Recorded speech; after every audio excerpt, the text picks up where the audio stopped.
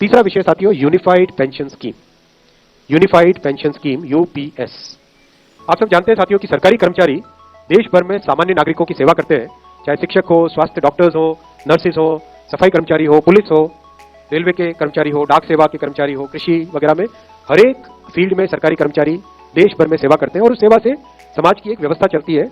और सदियों से सरकारी कर्मचारियों का बहुत एक महत्वपूर्ण किसी भी सोसाइटी में स्थान रहा है, जगह गवर्नमेंट के पूरे स्ट्रक्चर की बहुत बड़ी वैल्यू रही है। सरकारी कर्मचारियों की सामाजिक सुरक्षा, सोशल सिक्योरिटी से रिलेटेड मैटर्स हमेशा से उठते आए और समय समय पे बहुत अच्छे निर्णय भी लिए गए। खासकर जो सेवानिवृत्ति यानी रिटायरमेंट या सुपर एन्युएशन जिसको कहते हैं टेक्निकली, सुपर एन्युएशन के बाद में पेंशन जो मिलती है वो सामाजिक सुरक्षा का बहुत बड़ा एक महत्वपूर्ण उसका पिलर है, उसका बहुत बड़ा एक महत्वपूर्ण भाग है। देश भर में सरकारी कर्मचारियों की तरफ से हमेशा मांग आती रही कि जो एनपीएस स्कीम है उसमें सुधार किए जाए। सुधार के लिए एक कमेटी बनाई थी माननीय प्रधानमंत्री श्री नरेंद्र मोदी जी ने अप्रैल 2023 में। डॉक्टर सोमनाथन साहब जो कि आपके सामने आज कैबिनेट सेक्रेटरी डेजिग्नेट के हिसाब से बैठे हैं, आप फाइनेंस सेक्रेटरी के हिसाब से इस कमेटी के चेयरमैन थे और इस कमेटी ने एक्सटेंसिव कंसल्टेशन किया और इस कंसल्टेशन के बाद में एक यूनिफाइड पेंशन स्कीम का रिकमेंडेशन इस कमेटी ने किया और आज प्रधानमंत्री श्री नरेंद्र मोदी जी की अध्यक्षता में यूनियन कैबिनेट ने यूनिफाइड पेंशन स्कीम को अप्रूव किया है, इसको अनुमोदित किया है और ये स्कीम अभी आने वाले समय में लागू होगी। इस स्कीम के 5 पिलर्स हैं। सबसे इंपॉर्टेंट विषय था कर्मचारियों की तरफ से कि हमें अश्योर्ड अमाउंट एक चाहिए, जो बहुत लॉजिकल और वाजिब रिक्वायरमेंट था।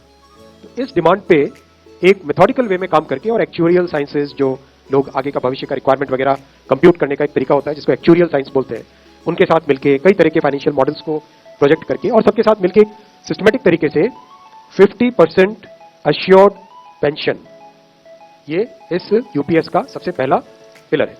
इसकी डिटेलिंग देखनी चाहिए हमें। जो ये अमाउंट मिलेगा वो रिटायरमेंट से पहले के 12 महीनों की एवरेज बेसिक पे का 50% होगा। मैं रिपीट कर रहा हूं, अश्योर्ड पेंशन का जो अमाउंट है that will be the average of basic पे ऑफ 12 मंथ्स बिफोर सुपर एन्युएशन, उसका 50% होगा। और इस फुल पेंशन के लिए जो क्वालिफाइंग सर्विस रहेगी वो रहेगी 25 ईयर्स, यानी 25 वर्ष तक अगर किसी ने काम किया है, सेवा की है, तो उसको फुल पेंशन यानी जो ये अश्योर्ड पेंशन का अमाउंट है वो मिलेगा। 25 साल से अगर कम है लेकिन 10 साल से ज्यादा है तो उसमें प्रोपोर्शनेट पेंशन रहेगी, प्रो रेटा वो पेंशन का अमाउंट बनेगा। जो कभी किसी कर्मचारी की डेथ हो जाए तो फैमिली पेंशन एक बहुत बड़ा स्पाउस के लिए ये बहुत बड़ी एम्प्लॉयज की एक रिक्वायरमेंट थी, डिमांड थी। तो सेकंड पिलर इस यूपीएस का है अश्योर्ड फैमिली पेंशन। किसी भी कर्मचारी के डिमाइज से पहले इमीडिएटली पहले जो पेंशन थी अमाउंट था उसका 60% मिलेगा एम्प्लॉय के डिसीज्ड एम्प्लॉय के स्पाउस को। ये सेकंड पिलर है। थर्ड पिलर है अश्योर्ड मिनिमम पेंशन। कई बार देखा कि सर्विस कम होती है और कंट्रीब्यूशन जितना हुआ है उससे एक सफिशिएंट अमाउंट नहीं मिल पाता था और ये अपने आप में एक बड़ा विषय था केंद्र सरकार के कर्मचारियों का और एनपीएस में जुड़े सभी कर्मचारियों का। इसीलिए एक minimum assured minimum pension 10,000 rupees per month वो इसमें यूपीएस में थर्ड पिलर ये रखा गया।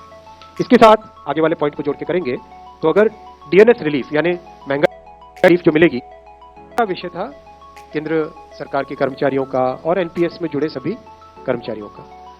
इसीलिए एक minimum assured minimum pension 10,000 rupees per month वो इसमें यूपीएस में थर्ड पिलर ये रखा गया। इसके साथ आगे वाले पॉइंट को जोड़ के करेंगे तो अगर डीएनएस रिलीफ यानी महंगाई से रिलेटेड रिलीफ जो मिलेगी तो वो आज की तारीख में होते होते करीब 15,000 रुपए पर मंथ हो जाती है, which is a substantial relief part of this entire pension system. Fourth pillar है इन्फ्लेशन के साथ इंडेक्सेशन। जैसे केंद्र सरकार के एम्प्लॉयज के लिए सैलरी में डीएनएस अलाउंस होता है, उसी पैटर्न पे जो इंडेक्स है सेम इंडेक्स को यूज करके all India consumer price index for industrial workers, इसको यूज करके assured pension, assured family pension और अश्योर्ड मिनिमम पेंशन, इन तीनों के तीनों जो आपने पिछले पेज पे तीनों पिलर्स देखे, assured pension, assured family pension और अश्योर्ड मिनिमम पेंशन, इन तीनों के ऊपर इन्फ्लेशन इंडेक्सेशन डीएनएस रिलीफ के बेसिस पे मिलेगा। डीआर, डीए की जगह डीआर, डीएनएस रिलीफ। पांचवा पिलर है इस स्कीम का lump sum payment at superannuation in addition to gratuity. ये एक तरीके से बहुत ही इंपॉर्टेंट और बहुत ही बड़ी एक रिलीफ मिलेगी। जब सुपर एनुएशन होता है तो उसके बाद में इंसान अपनी लाइफ को प्लानिंग जिस तरह से करना चाहिए तब कई बड़े खर्चे आते हैं, इसलिए ये लंप सम एक अमाउंट तय किया गया। यह है कि हर 6 महीने की सर्विस के लिए मंथली एमोल्यूमेंट्स विच मीन्स पे एंड डीए कंबाइंड उसका 10% अमाउंट। तो ये एक अपने आप में सब्सटैंशियल एक अमाउंट रह जाएगा। जैसे मान लीजिए किसी का 30 इयर्स की सेवा है तो उसमें करीब करीब 6 महीने की सैलरी, समनाथन साहब दैट्स करेक्ट ना, करीब करीब 6, तो उसको 6 महीने की एमोल्यूमेंट्स जो उसकी रहेगी पे प्लस डीए मिला के वो एक लमसम अमाउंट की तरह मिलेगी। ये 5 पिलर्स को लेके आज यूनिफाइड पेंशन स्कीम अप्रूव हुई है। ये स्कीम केंद्र सरकार के करीब 23 लाख कर्मचारी, करीब 23 लाख एम्प्लॉयज हैं, उनको इसका बेनिफिट मिलेगा।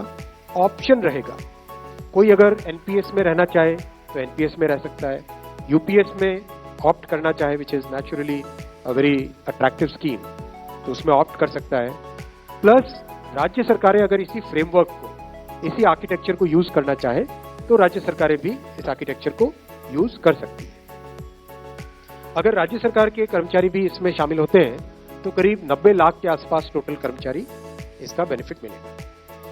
सबसे इंपॉर्टेंट जो आज के इस फैसले का बहुत ही महत्वपूर्ण पार्ट है वो है कि कर्मचारियों पर इस स्कीम का भार नहीं पड़ेगा। आज एम्प्लॉइज 10% कंट्रीब्यूट करते हैं और आपको जानकारी होगी कि 10 वर्ष पहले तक सरकार भी 10% कंट्रीब्यूट करती थी, यानी 10 + 10 टोटल कंट्रीब्यूशन होता था। लेकिन मोदी जी ने 2019 में इस 10% कंट्रीब्यूशन को बढ़ा के 14% किया था। जो केंद्र सरकार का कंट्रीब्यूशन है उसको बढ़ा के 14% किया था। That itself was a very big contribution, big jump in the amount of contribution. अब वो कंट्रीब्यूशन बढ़ के 18.5% हो जाएगा। वो कंट्रीब्यूशन बढ़ के 18.5% हो जाएगा। ये स्कीम 1/4/2025 से लागू होगी।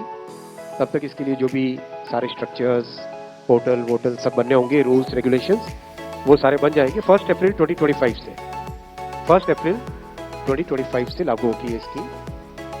और जितने भी एग्जिस्टिंग एम्प्लॉइज हैं एनपीएस में उन सबको ये ऑप्शन मिलेगा, वो यूपीएस में शामिल हो सकते हैं। मेडिकल रीइंबर्समेंट पहले की तरह मिलेगा सेंट्रल गवर्नमेंट के एम्प्लॉइज को, जो कि बहुत बड़ी, वैसे भी मेडिकल रीइंबर्समेंट अभी भी पुराने ओपीएस के मेथड के टाइम से ही मिलता है, वो चेंज नहीं है। मैं साथियों यहाँ पे ब्रीफिंग स्टॉप करूंगा और इसके बाद में आपके क्वेश्चंस लेंगे। This will also apply to all those who have already retired under NPS from 2004 onwards. So though the new scheme will take effect from 1/4/2025, everybody who has retired under NPS from the time of its inception, and also including those retiring till 31/3/2025, will also be eligible for all these 5 benefits. In their case, they will get arrears also for the past after adjusting whatever they have already drawn. So a calculation will be made and they will get arrears for the past also. The other issue, sir, is in the new pension scheme. You're saying it's fully funded. 800 crores is the first thing. This will be applicable even for state government employees. See, the terms of reference which were given to the committee and which the Prime Minister had asked us to work on is to design a scheme for the centre which can be adopted by any state in the same manner. So, as you know, the existing NPS was adopted by all except 2 states from 2004. Some of them later have said that they are leaving, but that was a national architecture. The centre funds it in its own way. Similarly, this is a national architecture. The architecture is national. Centre is going to use this architecture. All states are welcome to join it, and based on their own numbers, their contributions, etc., will be fixed. But the architecture is common. So you will fund also the state? No, we will not. The state government's employees will be funded by the state governments. मैं Uni से हूँ। मेरा सवाल ये है कि ये old pension scheme में जो टोटल एमोल्यूमेंट का जितना परसेंटेज मिलता था और इसमें कितना मिलेगा? टोटल एमोल्यूमेंट्स, मंथली एमोल्यूमेंट्स का कितना होगा? Same है 50%. नहीं, 50% तो बेसिक पे का सर आप बता रहे हैं ना उसमें। Even in the existing old pension scheme, the pension is 50% of the pay. Even in the existing old pension scheme, it is 50% of the pay. And then there is a dearness relief. Okay. The same dearness relief is applicable here also. So there is actually, it is the same. There is no catch or hidden thing here. It is similar. Inflation indexation is already there on salaries, and the same index will be used for this. There is no need for any committee for this. That is why it is the same index which has been specified. The index was also mentioned in the presentation. That index will be applied to the pension in the unified pension system. So there is no need for any committee for that. It is definitely fiscally more prudent. One, it remains in the same architecture of a contributory funded scheme. That is the critical difference. The OPS is an unfunded non-contributory scheme. This is a funded contributory scheme. The only difference in the changes that are made today is to give an assurance and not leave things to vagaries of market forces. But otherwise, the structure of UPS has the best elements of both. Sir Neeraj हूं news 18 India से। आपने कहा Somanathan sir और sir आपसे भी सवाल है Ashwini sir से कि 99% से ज्यादा केसेस में ये फायदेमंद रहेगा जो कर्मचारी हैं केंद्र सरकार के। फिर भी सरकार ने 2 विकल्प दिए हैं एनपीएस के और यूपीएस के कर्मचारियों को। तो क्या एनपीएस का विकल्प के तौर पे कोई डेडलाइन भी रखी है सरकार ने या कोई डेडलाइन नहीं रहेगी? No, there is no deadline. People can continue indefinitely on NPS if they wish. OPS is not a point of reference. OPS has ceased in 2004. But this unified pension scheme has those features of the OPS which are an assured pension, inflation indexation, family pension and minimum pension. So those features of the OPS are available in the UPS. The contributory and fully funded nature of NPS is also available in this scheme. That is why it's a unified pension scheme.